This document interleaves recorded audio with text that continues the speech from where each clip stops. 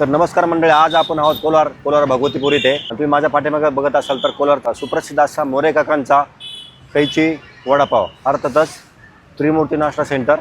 इथे तुम्ही बघितलं असाल तर की मागील काही दिवसामध्ये एक फेमस झालेला वडापाव आहे आपल्याकडचा. वडापाव नाही म्हणतात त्याला, पाव वडा म्हणतात त्याला आपल्याकडे. तर तो की पाव वडा आहे, तो कसा बनतात त्याची प्रोसेस मी तुम्हाला दाखवतो.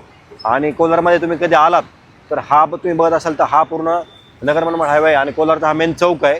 तर ह्या चौकामधून तुम्हाला जे मोरे काकांचा जे त्रिमूर्ती नाश्ता सेंटर आहे हे तुम्हाला बघायला मिळेल.